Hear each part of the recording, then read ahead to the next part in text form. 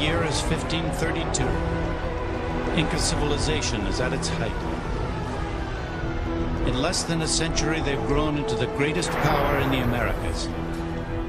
On this day, a bloody civil war is ended.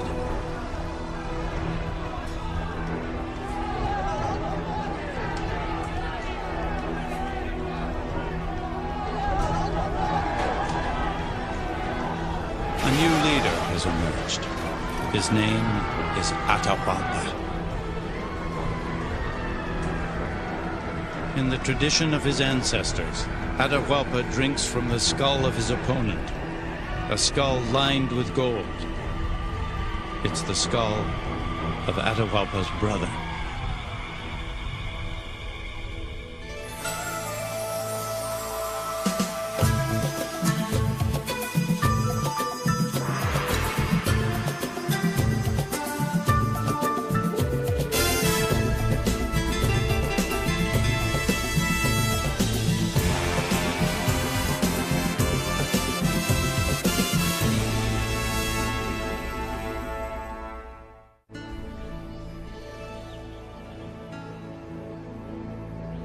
Atahualpa and the Inca thrived in a rugged, inhospitable region where few could even survive. Shaken by earthquakes and volcanoes, the towering peaks of their homeland had air so thin, visitors gasped for breath. And coastal deserts so dry, they turned men into mummies. Against all odds, the Inca rose out of a long line of civilizations who survived here for centuries.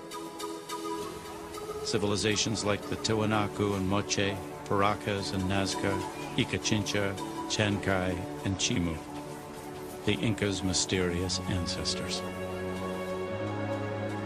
Some built great cities that today are melting into mud, or wove stories in cloth wrapped around their dead. Some honored ancestors, worshiping their mummies. Some are remembered by exquisite treasures. Others by age-old secrets, haunting images etched in the desert floor.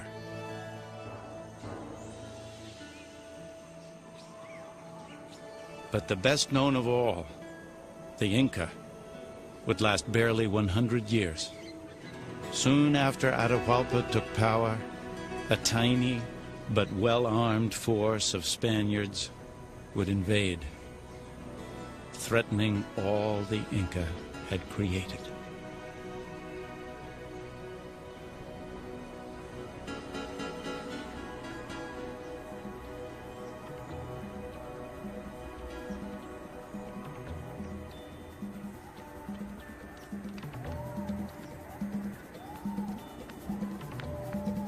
The most powerful empire in the Americas believed itself invincible.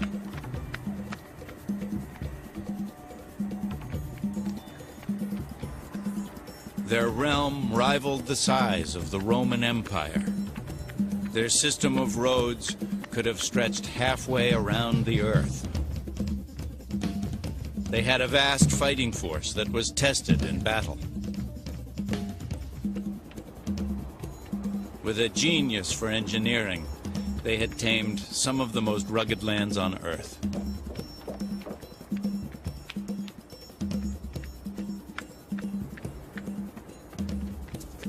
Their messengers covered 250 miles a day, even bearing fresh fish from sea level to 12,000 feet. They worshipped many gods, but believed the sun, called Inti, was their spiritual father.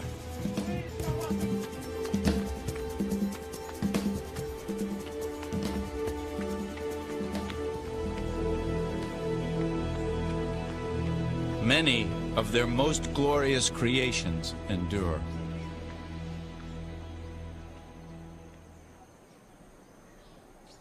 This magnificent city is one of many mysteries the Inca left behind. For centuries it lay hidden from the outside world, its purpose unknown, even to their descendants. It is called Machu Picchu. In 1911, Hiram Bingham, an American adventurer, led an expedition to Peru searching for the legendary lost stronghold of the Inca, Vilcabamba. After weeks of frustration, Bingham followed a tip along a tortuous route high into the mountains. Soon, his struggle would all be worthwhile. Suddenly, I found myself confronted with the walls of ruined houses built of the finest quality Inca stonework. It was hard to see them, for they were partly covered with the growth of centuries. It seemed like an unbelievable dream.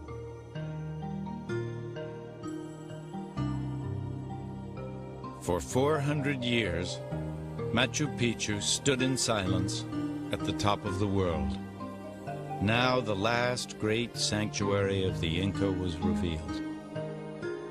Unknown to their conquerors for centuries, this city in the sky embodies all the mysteries of the great cultures that came before them. Of all great civilizations of antiquity, the Inca and their predecessors had to master global extremes and environmental conditions. And with this went a system of organizing life socially, economically, and religiously that is extremely marvelous. If we can understand the mindset of these people that allowed them to survive and thrive, we will have a great key to true masters of the largest civilization in the Americas. And that is a mystery that we have been trying to solve.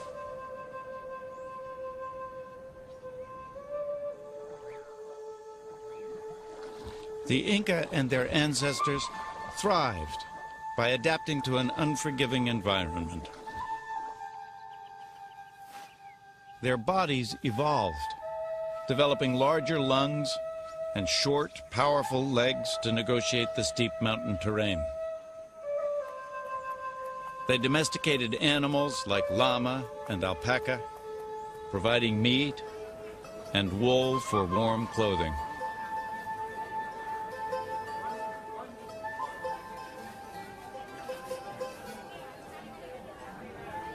And perhaps most importantly, they cultivated a vast array of crops that would thrive in the diverse environment of the region.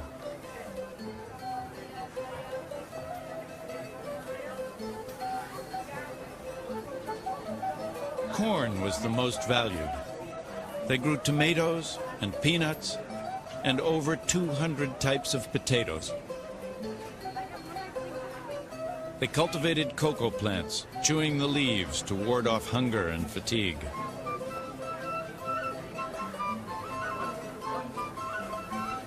Generation upon generation had survived here, each building on the successes and learning from the failures of those who preceded them.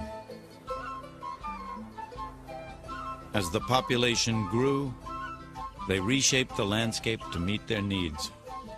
Rivers were straightened, canals dug, and millions of acres of mountainside carved into terraced farmland. Like stairs to the heavens, they amazed the Spanish, who called the mountain range by their word for terrace, Andines. Though the Inca are credited with creating the terraces, many were built by their ancestors.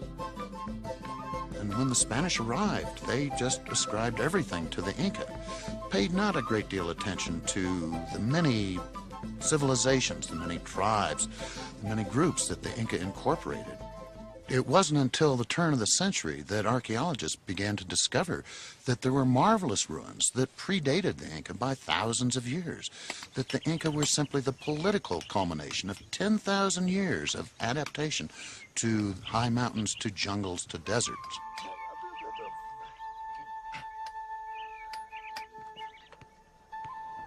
These cultures were as varied as the regions they sprang from, but each had to master some of the harshest terrain and most severe weather anywhere on Earth. To the east, the Amazon, the world's largest tropical rainforest. Running west to the Pacific, the driest desert on Earth, home to the Nazca, the people of Paracas, and the Moche. Wedged in between, the rocky spine of the Andes, the world's longest mountain range. It is second in height only to the Himalayas. This was the homeland of the Inca. Here they thrived, despite the constant rumbling of volcanoes and earthquakes, shattering their cities and destroying the canals that were their lifeline. If you shake that landscape forcefully, those canal systems will break down, and it takes a very long time to rebuild them. It's an entirely different world, a world of high altitude, lack of oxygen, scanty rainfall, earthquakes, natural disasters. It's a world that's alive.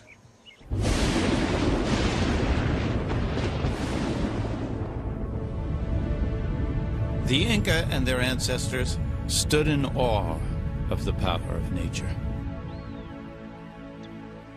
In addition to Inti, the sun god, they worshipped the mountains, the earth, thunder, and the moon. They expanded their pantheon with each new people they conquered, incorporating new idols and spirits as their own. But all people of the region agreed on one universal creator called Viracocha. As the Inca left no written record, we know their gods as we know much of Indian life from chronicles of the Spaniards. Pedro de Cieza de Leon arrived in 1535. The Indians say that for many days the world was in darkness, and then there emerged from the island of Titicaca the sun in its splendor, at which all rejoiced. And there came a man, large of stature, who had great powers. They called him Father of the Sun. Just as Viracocha was the father of the sun, so each Inca leader was the son of the sun. And in 1532, that man was Atahualpa. He and his people were masters of their world. At his royal estate of Pisac, there was a temple in honor of the sun god Inti.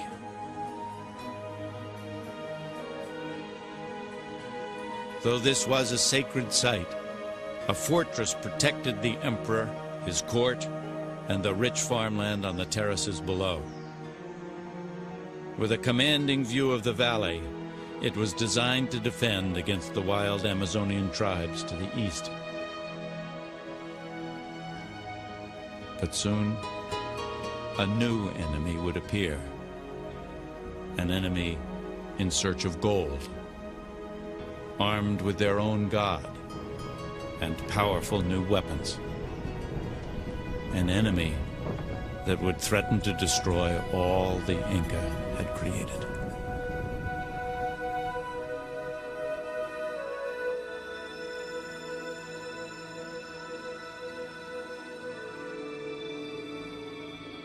Inca emperors lived a life of extraordinary opulence. Atahualpa had many wives, and his choice of the most beautiful Inca women to serve his every need. His sacred body was clothed in the finest garments, worn once, then ceremonially burned. He ruled with absolute authority.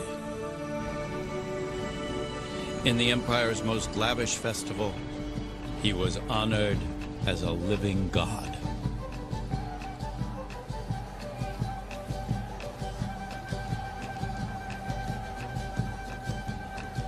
Held on the winter solstice in Cusco, the Inca capital, the festival of Inti Raymi celebrated the sun and all its abundant gifts. The Spanish outlawed Inti Raymi, but it was revived earlier this century. Like many Inca traditions, Inti Raymi honors ancestors. believers in God, in their emperor, and in their own hard work. This system of belief recognized one's ancestors as being extremely important. Your grandfather, your great-grandfather, established where you would be in society. And because ancestors were so important, these folks engaged in what we call ancestor veneration, worshiping your ancestors.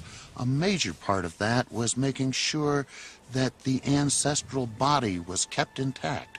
And to accomplish this, mummification of bodies became very, very important. The dead emperor would be embalmed, kept in his palace, but in a quasi-alive state. The mummy was brought out and seated with his ancestral mummies on all important occasions. If we were going to go to war as Inca, we would consult the deceased to make sure that we had their blessing. This Inca court of the dead was called the Panaca. But mummification in the region predates the Inca by nearly 5,000 years.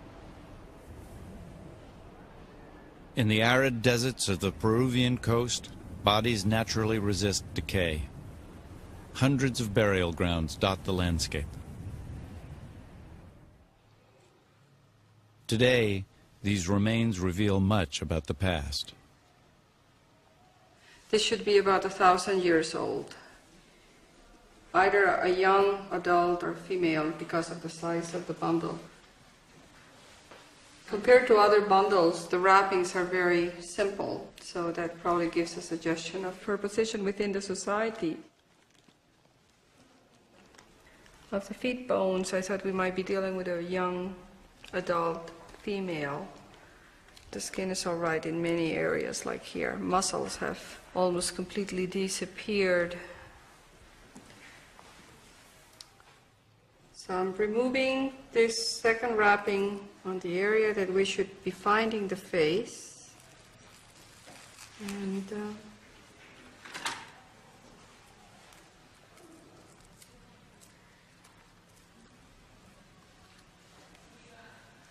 but the hair is there. It has a hairdo that includes braids.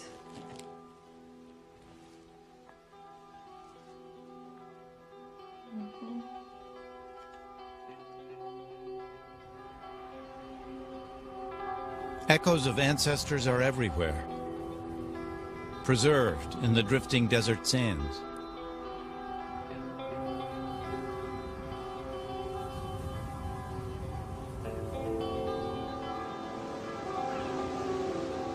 Despite the harshness of the coastal desert, advanced civilizations thrived here.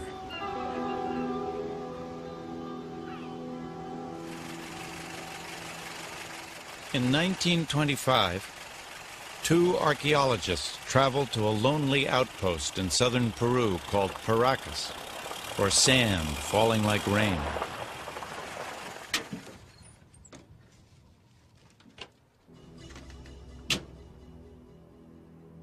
They are drawn by reports of a large burial site in the desert.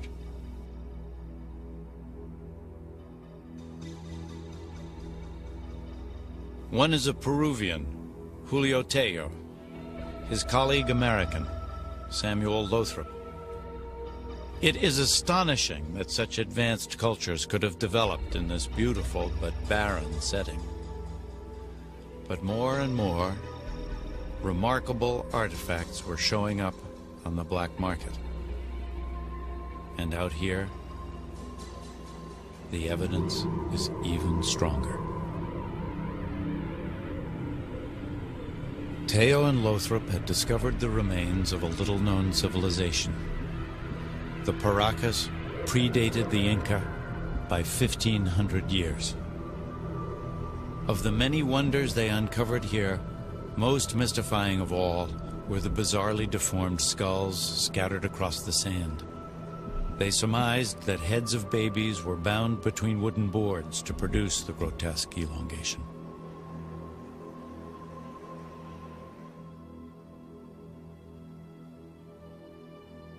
The deforming of the skulls began when a child was born and continued until they were 3 or 4 years old. Only a small percentage of deformed skulls have been found, indicating it was practiced only among the elite or highest classes. Even more remarkable still were skulls with holes drilled or cut into them, a procedure called trephination. Trephination was initially a form of surgery for fractured skulls, but later on it was used in rituals to allow malignancy or diseases to escape. Remarkably, we know that about 60% of the people who had this procedure performed survived the operation. We know they survived because many trephinated skulls show signs of healing. The patient was usually given chicha, a strong brew, to help him relax, while the surgeon used tools of copper and bronze. Some operations involved cutting a series of grooves in the skull. Others drilling a circular hole so a piece of bone could be lifted out. Centuries before the advent of modern science, these ancestors of the Inca performed medical miracles. But the full explanation for this bizarre practice remains shrouded in mystery. Perhaps the greatest enigma of all the mysteries left by the Inca and their little-known ancestors is that of a people called the Nazca. The Nazca thrived in the coastal valleys, where water is scarce and the sun's rays unmerciful. Like the Inca, the Nazca worshiped the gods of nature, the sun, moon, and stars. In the desert, they constructed lines and symbols that mystify to this day. For them, the desert may have been a cathedral for sacred prayer, a celestial calendar to mark the seasons, or some have claimed, a giant canvas for messages to ancient space travelers, creatures from other worlds. We may never know.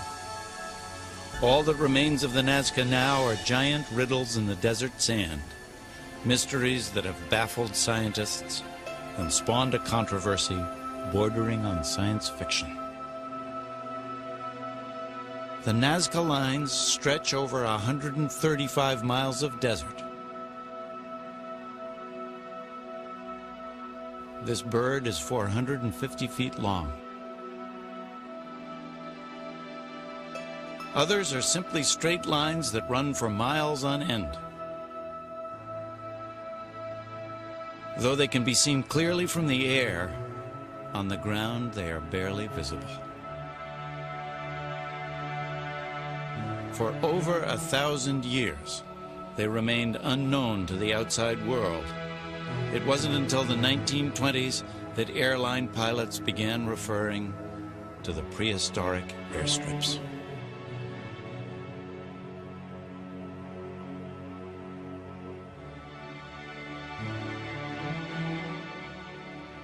Before long, there were as many theories as there are lines on the desert floor. I try to prove that this planet has been visited by beings from outer space several times in antiquity. In 1968, Erich von Daniken's Chariots of the Gods fueled a wild scientific debate. His thesis, the Nazca were communicating with visitors from outer space. By the landing itself, some sand and stones are blown away, and you have a simple track on the ground. And after maybe a few hours or a few days, they start again, maybe in another direction. You have a second track, the take-off track.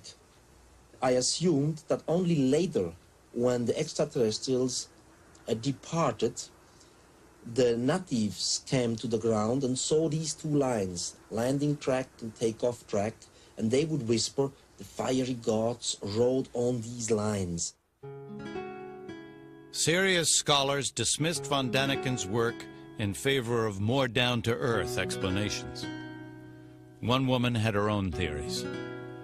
Since 1941, Maria Rika has devoted her life to unlocking the mysteries carved in the desert floor. I started walking just to see what was there. I walked on a line, and suddenly I found myself at the center of lines and followed a little further and found winding pathways which proved to be the figure of the spider. And from then on, I was immersed in all this vastness, and I just looked for small winding pathways to see if there could be a figure. Rika spent years carefully measuring the lines and plotting their relationship to the movements of the sun, moon, and stars. She concluded the geometric lines are a giant astronomical calendar, telling the ancient Nazca when to plant, irrigate, and harvest their crops.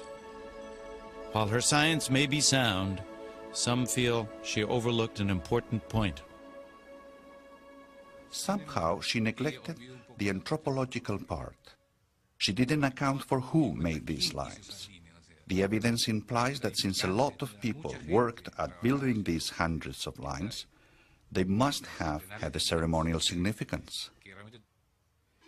They were some kind of ritual road that led people to certain important centers. It is likely that these lines were placed where dances and rituals were practiced. This is the annual pilgrimage to the Andean shrine of Coya Riti. Every year, the faithful from villages across the region follow ancient pathways to honor the gods who dwell in the mountains above. At the ceremony's climax, the Indians form giant human lines in view of the surrounding peaks and in praise of their gods.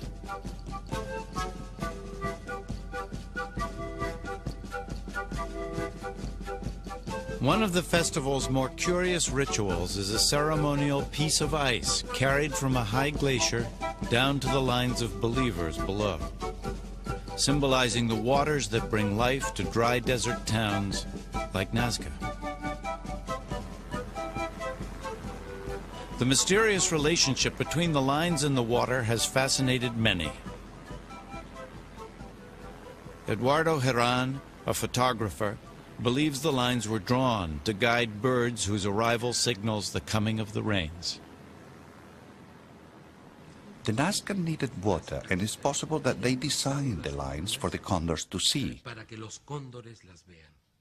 When the condors fly over the lines, they are announcing that the rain from the Andes is on its way, that water is coming, and that's very important for the Nazcans. During the last years, we have identified nearly 300 new drawings. It's most important to be aware that Nazca is a unique monument, that it doesn't exist in any other part of the world. Today it's easy to marvel at the lines from the air. Could the ancient Nazcans have flown as well? In 1975, adventurer Jim Woodman and balloonist Julian Knott attempted to prove they could by building a hot air balloon using materials the ancients would have had in ready supply. They used reeds for the basket and cotton cloth for the envelope. They funneled heat from a fire pit and lifted off, flying over the desert for 2 glorious minutes.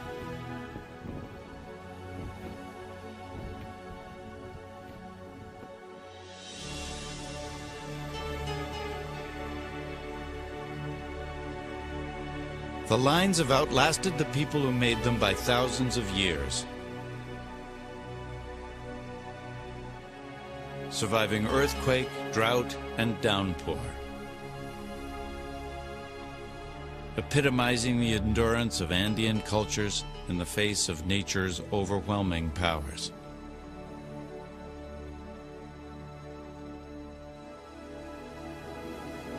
But another force was gathering strength on the horizon. one that neither the Nazca nor the Inca could ever have foreseen. A force that would appear as alien to Atahualpa as a man from outer space.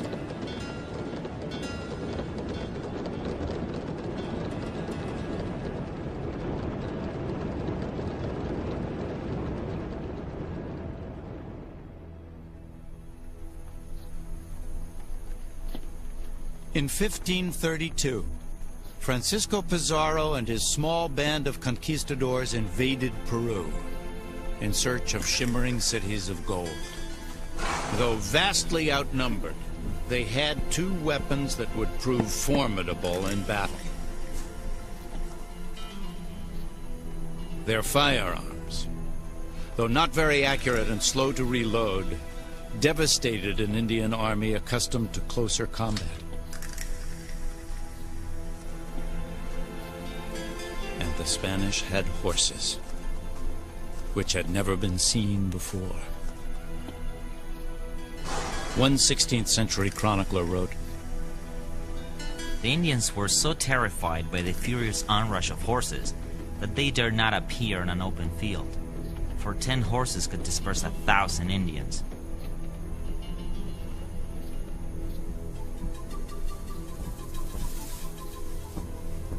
To the Inca, the Spanish must have seemed like creatures from another planet. With their suits of armor and strange four-legged beasts, they inspired a mixture of fear and disbelief.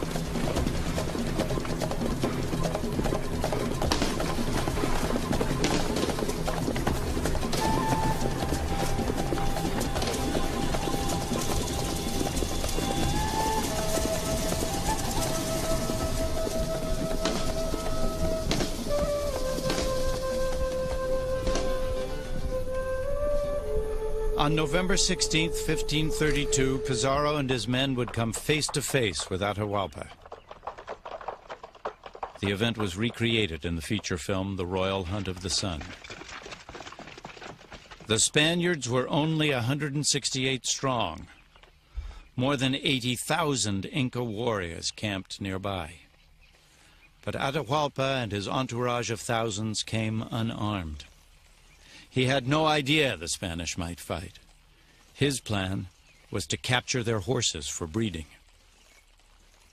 On a signal, Pizarro's troops attacked.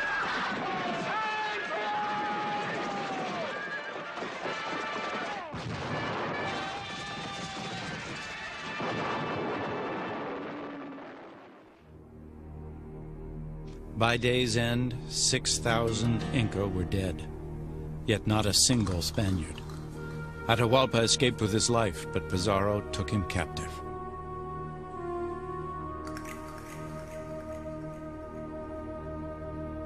To gain his freedom, Atahualpa proposed a sensational ransom. He pointed to a spot high on the wall of his cell and offered to fill the room with gold. The chamber was roughly 22 feet long by 17 feet wide.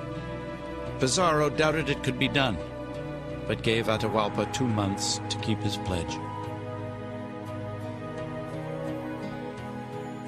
Every corner of the empire was scoured for treasure, some dating back centuries, much of it captured by the Inca as their empire expanded.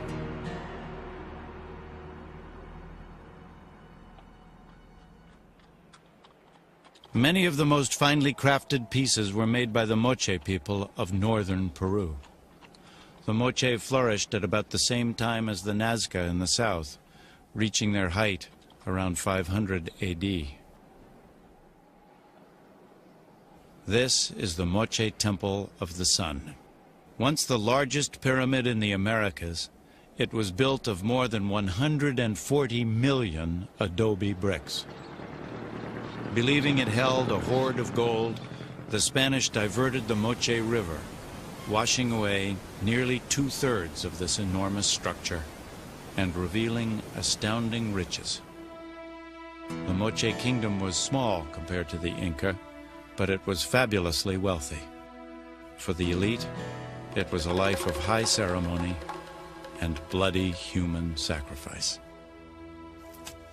The common people were rigidly organized and worked hard to build the state. Fertile fields were watered by elaborate irrigation systems, making their coastal valleys among the richest in all Peru. And they reaped the bounty of the Pacific Ocean. Descendants of the Moche still fish as they have for centuries. Strong men in reed boats casting their nets on the waters.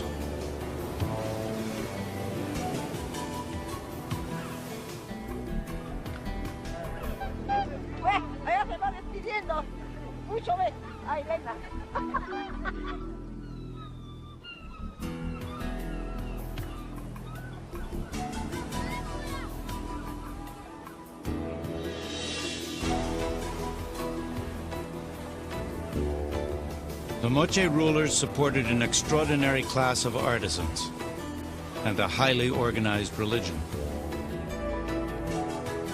The images on their temple walls and ceramic pots hinted a life for the nobility filled with enigmatic ritual and erotic sexual practices.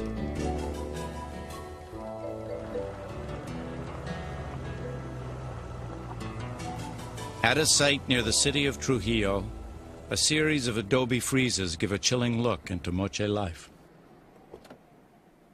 It is called El Brujo. Local people had known about El Brujo for years and often searched for artifacts to sell on the black market.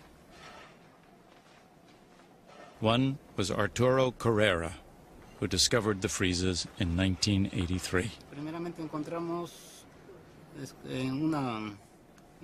First we found a mummy bundle, and as we moved it, we saw the relief of the facade. Reliefs so beautiful that impressed us so much that we covered them with dirt and decided not to tell anybody. They were so beautiful that we were afraid others would come back and destroy them or rob them.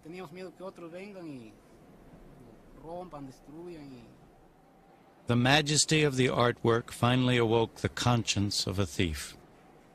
Arturo and his friends shared their secret with the authorities. Today he works with the team deciphering El Brujo's mysteries. It's called El Brujo, which is the Spanish word for sorcerer, because this temple was probably occupied by a powerful shaman or a warrior priest in the past. What we see in this panel is a line of naked prisoners tied together with a rope around their neck. These prisoners are almost surely being led to their execution. The many human remains suggest the friezes are depicting what really happened at El Brujo. The big question is, what is the real meaning of the sacrifice? And the sacrifice itself is a conscious act of killing somebody in a symbolic way. It's the most precious good you can give. Somehow, if this big building is here with all these images around and all this art, fabulous art of Moche people, and we didn't find the real relationship between the art and the reality. In Moche iconography, it's very common to see images of sorcery or curing, and it is interesting to see that still in practice today. The ancient art is no longer practiced by warrior priests. Humans are no longer sacrificed. Today, curanderos are healers, using herbs and potions to cure ailments of the body, and magic to ward off evil forces that prey on the spirit.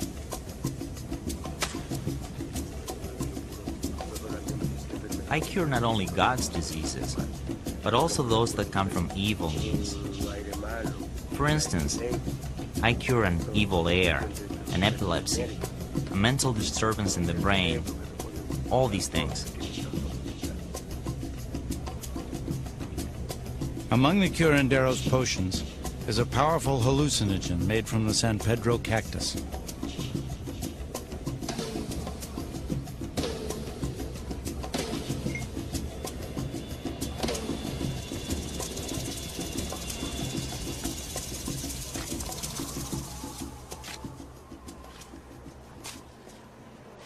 Another highly destructive ancient tradition survives here as well.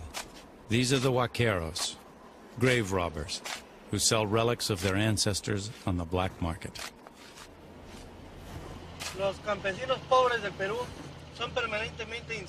The poor farmers of Peru are encouraged to plunder the tombs of their ancestors by the growing black market in artifacts of the United States and Europe. In October of 1987, I was called by the police to help in identifying some recently seized artifacts. But upon my arrival, they showed me the most impressive treasure. Among them was an impressive gold head with eyes of silver and lapis lazuli.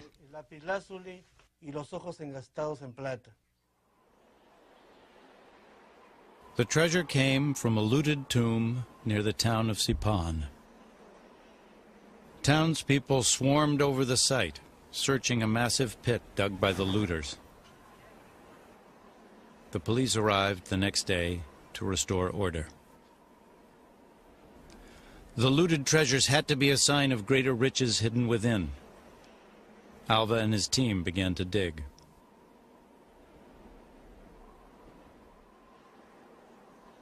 After sifting through the rubble for days, they focused on a 10-meter plot near the summit.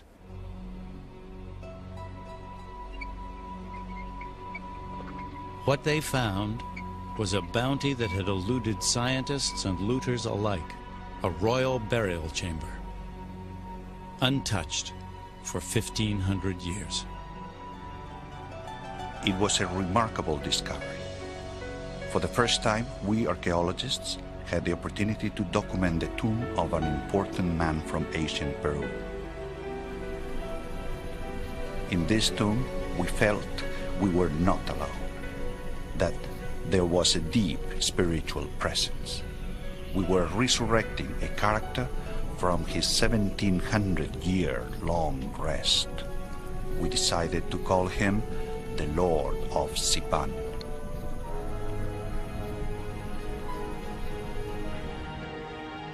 He was about 35, perhaps 5.5 feet tall. He was surrounded by men and women, even a dog, no doubt his companions in life. And to his grave he took a staggering array of wealth.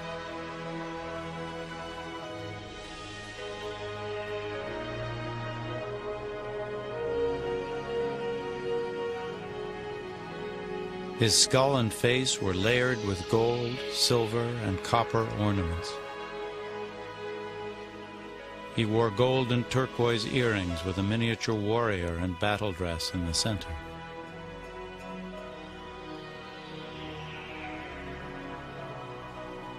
Fully excavated, the Lord of Sipan's tomb was judged to be the richest in the Americas. For Alva and his colleagues, it was the discovery of a lifetime.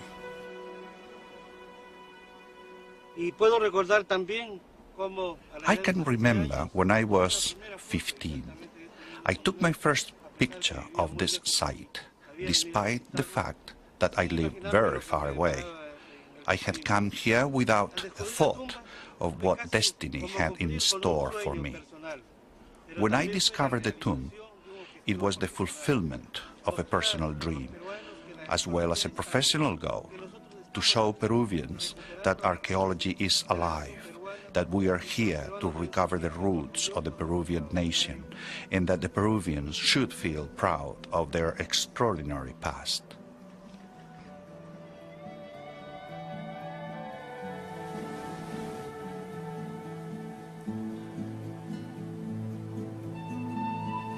The Moche reign came to an end between 650 and 800 AD.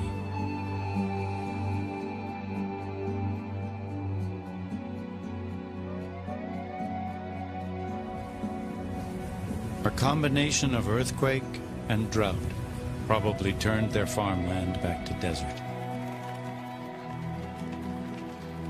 Another in a long line of great Andean civilizations, finally overwhelmed by the forces of nature.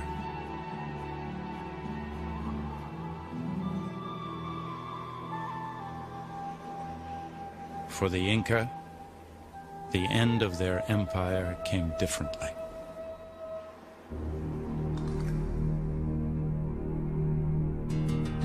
For months, the ransom raised by Atahualpa was carried to his jail cell, and the hoard of treasure rose closer and closer to the line on the wall. Yet in the end, Atahualpa was condemned to die. He pleaded he would be denied reincarnation if burned at the stake, so instead, Atahualpa was tied to a chair and choked to death. His treasure was melted down to feed the fortunes of the King of Spain.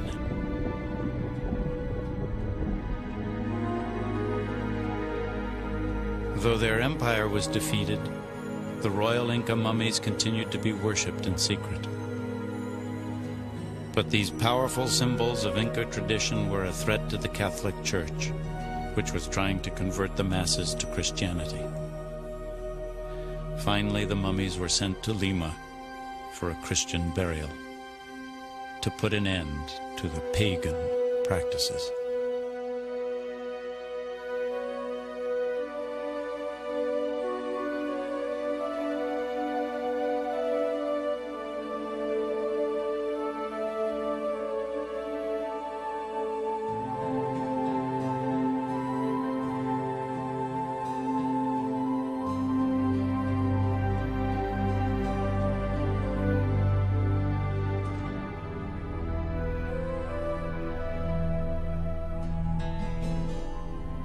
The 16th century chronicler Garcilaso de la Vega described their departure from Cusco.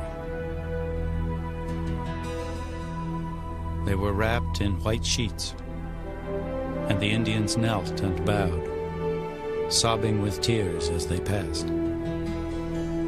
The Spanish, too, took off their hats, since these were royal bodies.